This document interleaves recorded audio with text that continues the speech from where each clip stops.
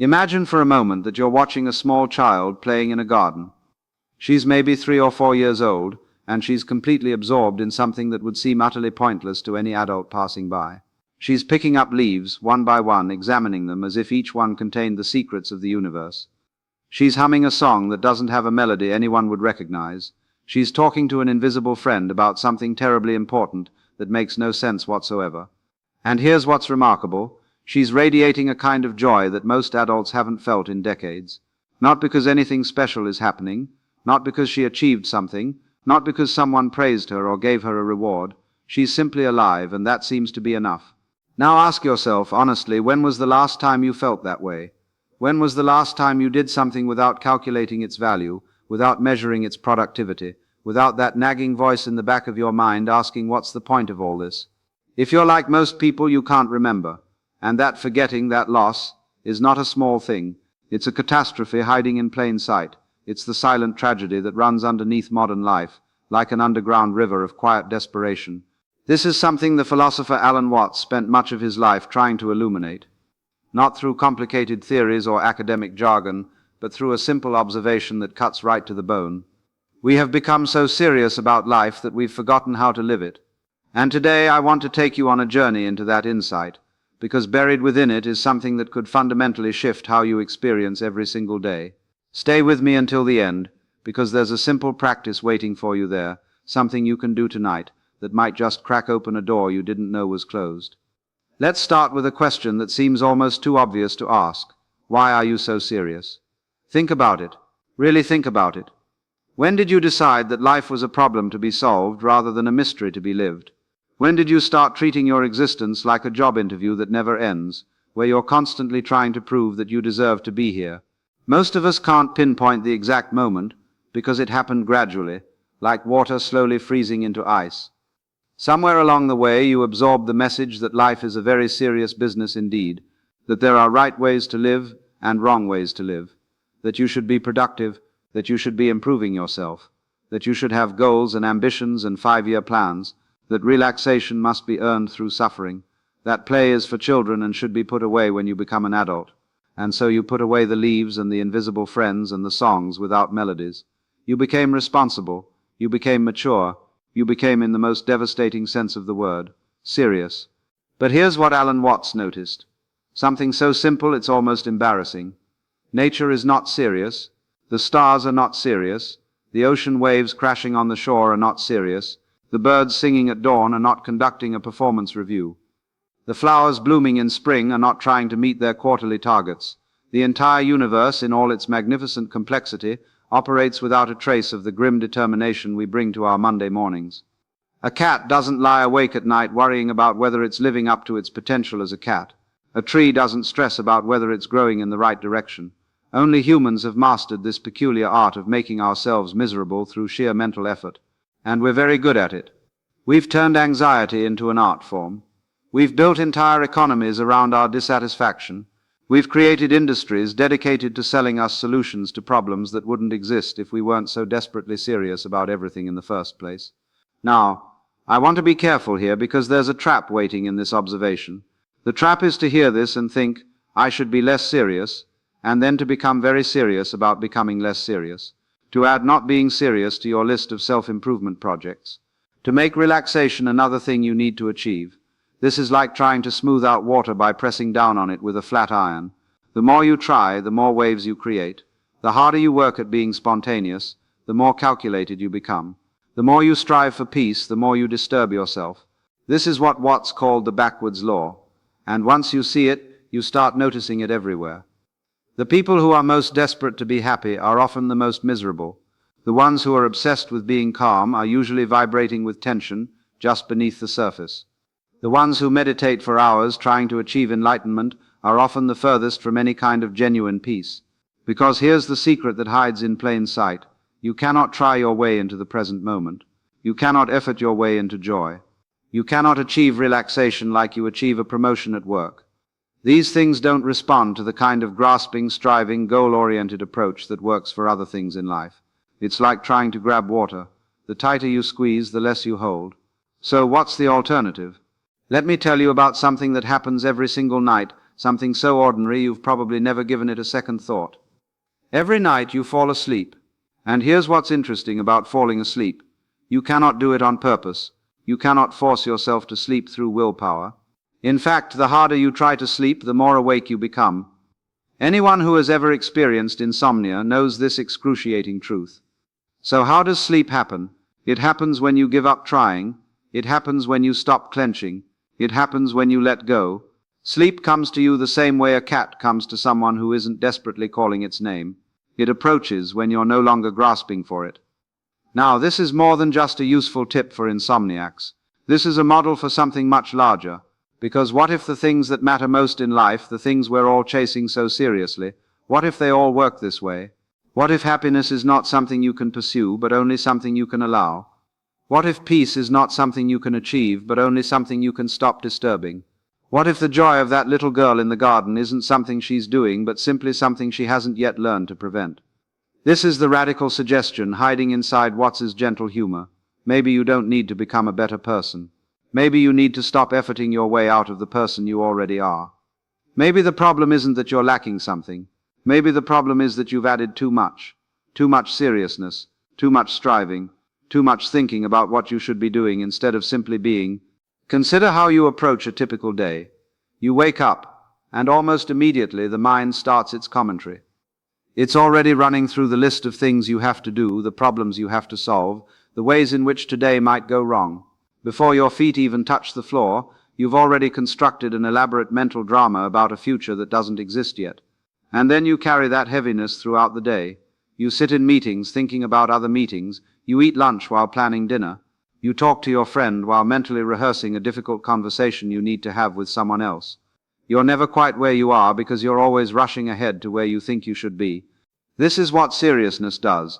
It takes you out of the only place where life actually happens, which is here, and it transports you into an imaginary realm of problems and projections and anxious planning. It keeps you perpetually one step away from your own experience, and the cruel irony is that we do this because we believe it's necessary. We believe that if we don't worry, things will fall apart. We believe that if we don't plan obsessively, we'll fail. We believe that seriousness is the price of admission to a successful life. But is that actually true? Look at the people you admire most, the ones who seem genuinely creative and alive, the ones who produce beautiful work, or who simply radiate a kind of magnetic peace. Are they the grimly determined strivers, or is there something lighter about them, something almost playful, even when they're engaged in serious work? There's a difference, you see, between being serious and being sincere. You can be deeply sincere, deeply committed, deeply caring, without being serious in the way I'm describing. A great jazz musician is sincere about the music. They've dedicated years to their craft, but when they play, there's a lightness, an improvisation, a sense of play that has nothing to do with grim determination. They're not trying to prove anything. They're not anxiously monitoring their performance. They're dancing with the music, and the music is dancing with them. This is what we've lost. Not our ability to commit, or to care, or to work hard. We've lost the ability to play, to dance with life, instead of wrestling it into submission, to float downstream instead of exhausting ourselves, swimming against the current. Think about what happens when you're watching a beautiful sunset. For a moment, maybe just a brief moment, the thinking mind goes quiet. You're not evaluating the sunset. You're not comparing it to other sunsets you've seen. You're not wondering how you could improve the sunset, or what the sunset means for your 5-year plan. You're just there, and the sunset is there, and there's no separation, no commentary, no seriousness, just pure experience. And what do you feel in that moment? If you're honest, you feel something like relief, like you've put down a heavy backpack you didn't realize you were carrying, like you can finally breathe. Now here's the question that should keep you up at night, but hopefully won't because you're learning to sleep by letting go. Why does it take a sunset to give you permission to stop being so serious? Why do you need an external event to silence the internal critic? Why can't the ordinary, unremarkable, supposedly meaningless moments of life be met with the same openness? The answer is habit, pure and simple. You've been conditioned to believe that ordinary moments don't deserve your full attention, that they're just the filler between the important parts, that you should use them to prepare for the future or analyze the past. That being present with what's actually happening is somehow a waste of time. But think about it more carefully. What is your life actually made of? Is it made of the big events, the achievements, the milestones, or is it made of ordinary moments, strung together like beads on a string? If you added up all the time you spend eating breakfast, taking showers, walking from here to there, lying in bed before sleep, just being, it would vastly outweigh the time you spend in peak experiences. And if you're not present for the ordinary moments, then you're not present for most of your life. You're like someone who reads only the chapter titles of a book and claims to have read the whole thing. This is what seriousness does to us.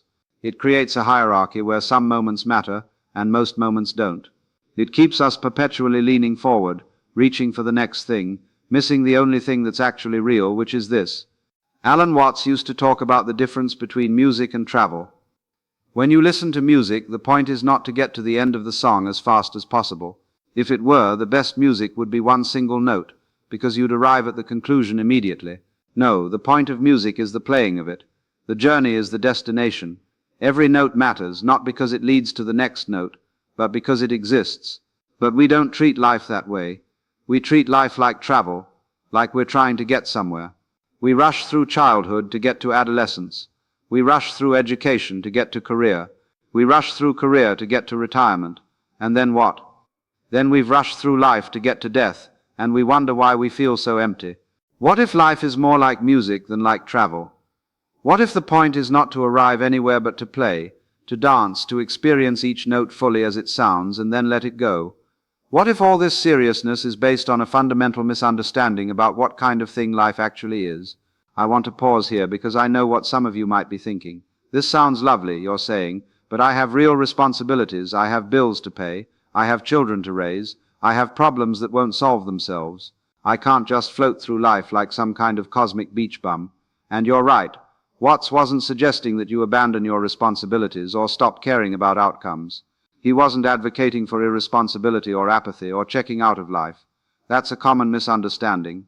What he was pointing to is something more subtle. You can do everything you're already doing, but with a different quality of attention. You can pay your bills without existential dread. You can raise your children without constant anxiety. You can work hard without the grim determination that turns labor into suffering. The actions stay the same, the inner relationship to those actions transforms. Think of it like this. Two people can be doing exactly the same task, say washing dishes. One person is washing dishes while resenting every moment, wishing they were somewhere else, treating it as an obstacle between them and the important parts of life. The other person is just washing dishes, feeling the warm water, noticing the soap bubbles, being present with the simple sensory experience of what's happening. Same task, completely different quality of experience. The first person is serious.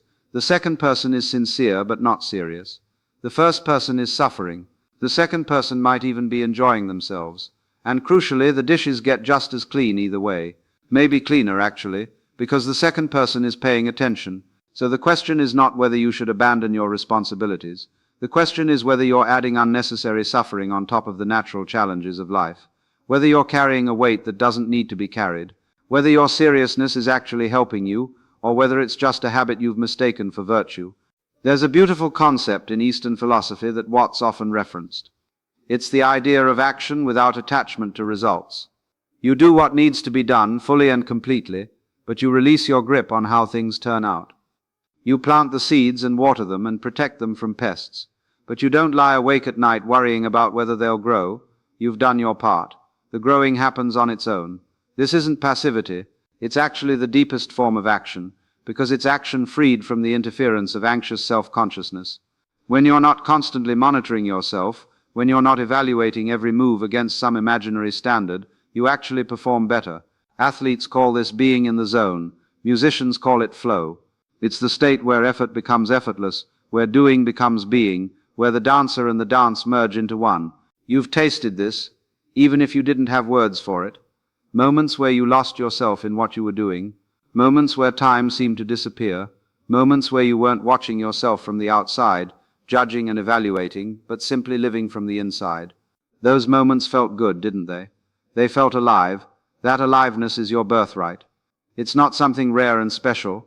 It's your natural state, the state you were in before you learned to be so terribly serious about everything. The little girl in the garden isn't doing anything special. She's just not doing the thing we adults do constantly, which is interfering with ourselves. So what I'm suggesting, and what Alan Watts suggested in 1,000 different ways across his life, is not that you try to become less serious. That's just more trying, more effort, more of the same thing that created the problem. What I'm suggesting is that you notice the seriousness. You see it. You recognize it for what it is, which is not a necessary part of reality, but a mental habit, a kind of chronic tension that you've been carrying without knowing you were carrying it, and in the seeing of it, something starts to relax. Not because you're making it relax, but because tension requires maintenance. It requires a constant expenditure of energy to keep yourself clenched.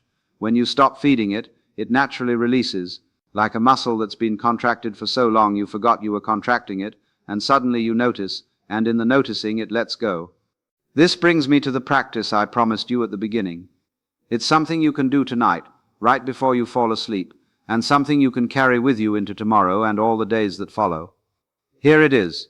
At some point today or tonight before you sleep, stop whatever you're doing and notice the feeling of being serious. Don't try to change it. Don't judge it. Don't make it into a problem that needs to be solved. Just notice it. Where does it live in your body? Is there tension in your shoulders, your jaw, your forehead, your stomach? Is there a kind of leaning forward, a sense of grasping or reaching? Is there a narrative running in your mind about what you should be doing, how you should be improving, what you need to fix? Just notice. That's all. Nothing to do. Nowhere to go. No one to become. And then, having noticed, see if you can take one breath, a slow, full breath, and let it go without making the letting go into another serious project. Just one breath. Just a tiny moment of non-interference, a small gap in the relentless program of self-improvement. That's the whole practice. It sounds too simple to be meaningful, but that's exactly the point. We keep looking for complex solutions because we're so serious about our problems. We think the solution must be as heavy as the problem. But sometimes the heaviest doors open with the lightest touch. If you try this, and I hope you will, you might notice something surprising. You might notice that there's no one behind the seriousness. It's just a pattern, a reflex, a kind of weather passing through. And you might notice that behind the clouds there's a sky that's always been there, untouched by all your worrying, all your striving, all your earnest attempts to become someone you think you should be. That sky is what you actually are, not the weather, the sky. And the sky, you might notice, is not particularly serious. It has room for everything, the storms and the sunshine, the clouds and the clear days. It doesn't resist anything. It doesn't prefer anything. It just holds it all, effortlessly, the way space holds the stars. Maybe you can be like that, not as an achievement, not as something you add to your resume of spiritual accomplishments, but just because that's what you already are, when you stop insisting on being something else. If this has stirred something in you, if you felt even a small crack in the armor of your habitual seriousness, then I want to hear from you. Leave a comment below and tell me, what would your life look like if you took yourself less seriously? What would you do differently? What would you stop doing? What might become possible that isn't possible now? And if you know someone who needs to hear this, someone who's drowning in the weight of their own seriousness, someone who's forgotten how to play, share this with them.